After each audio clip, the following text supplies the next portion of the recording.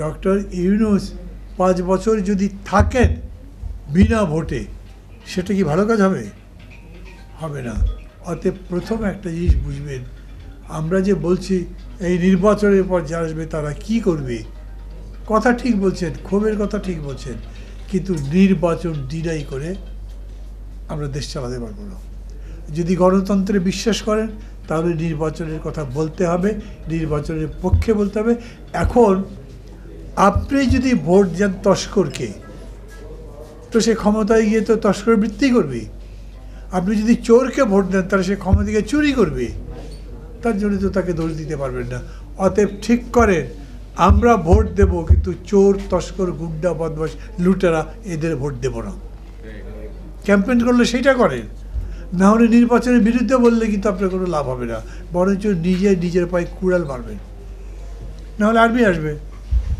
মানে বাংলাদেশ কিন্তু একটা অদ্ভুত দেশ। দেখেন, ক্যাপিটল হিলে আক্রমণ করলো ট্রাম্প, কেউ বলেছে এইবারে মার্শাল ল হবে, আমেরিকাতে মার্শাল ল হবে বিশ্বাস করেন আপনারা?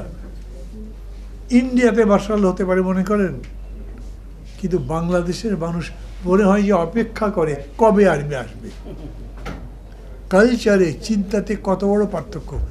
আর্মি যতবার আমাদের দেশে আর্মি আসছে, শেষ পরিণতি কি ভালো হয়েছে? আইয়ুব খানের কথা বলেন, ইয়াহিয়া বলেন, তারপরে এরশাদ বলেন, ইভেন জিয়াউর রহমান বলেন, তাকে তো উইথড্র করতে চায়, মার্শাল ল যে দেশ চালাতে পারেন নাই। অতএব ওএসএ টিভি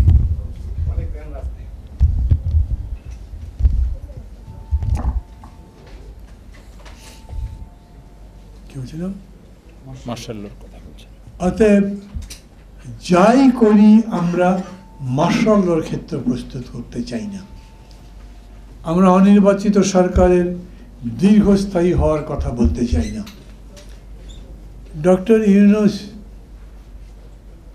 কেমন চালাচ্ছেন আপনারা বলবেন? ডক্টর ইউনূসের 9 মাসের কোনো মূল্যায়ন হয়েছে? আপনারা নিজেরা করেছেন? আগামী দিনগুলো কেমন যাবে ঠিক করেছেন? কোনো ইনভেস্টমেন্ট বাড়েনি, ঠিক বলেছি? প্রচুর পরিমাণে রেমিটেন্স বেড়েছে। রেমিটেন্স কি একটা দেশের অর্থনীতির খুব শক্তিশালী কোনো ইন্ডেক্স?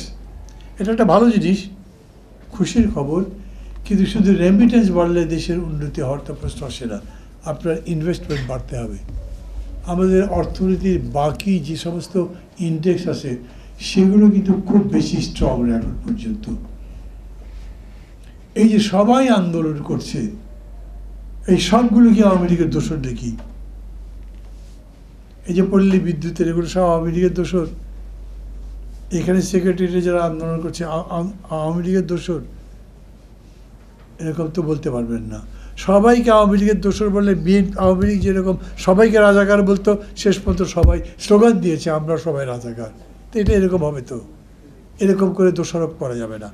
অতএব দেশের যদি আমরা ভালো চাই, প্রথম কথা বলি যে যেভাবেই দেখেন না কেন, রাজনীতি কিন্তু মানে হেলা ফেলার জিনিসটা, রাজনীতিটা সিরিয়াসলি ভাবা উচিত। আমরা অনেক যোগ করি, রসিকতা করি, রাজনীতিবিদদের নিয়ে ট্রল করি, মজা করি, ফান করি, সেগুলো আছে, কিন্তু তারপরেও শেষ বিচারে রাজনীতি তো সমাজের কর্ণধার।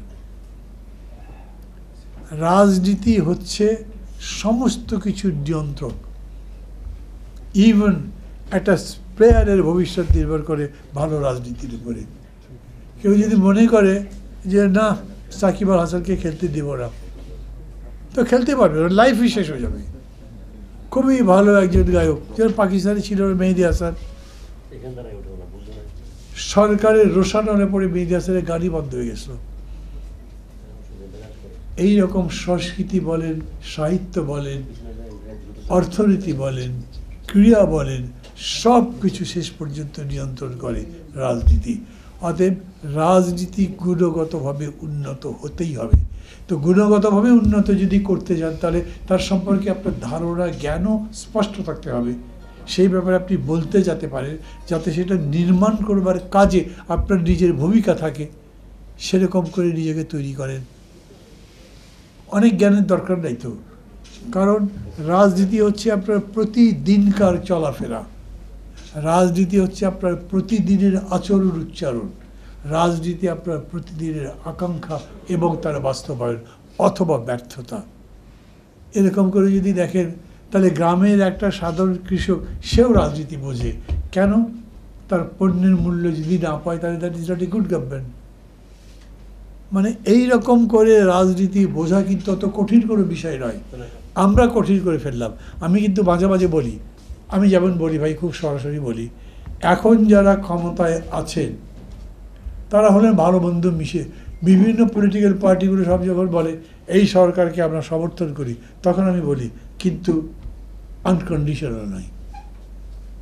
সরকার যদি ভুল করে, ওই যে মেয়েদের কপালে ফোঁটা থাকলে কেটে ঘুষে তুলে ফেলে, তারপরে তাদেরকে প্রকাশ্যে চলাফেরা করতে দেয় না, নারী স্বাধীনতা নিয়ে বিভিন্ন ধরনের বিতর্ক তৈরি করে, এবং আরও বেশ কিছু বিষয় আছে যেগুলো আমাদের পছন্দ নয়, সেগুলো বিরোধিতা করি।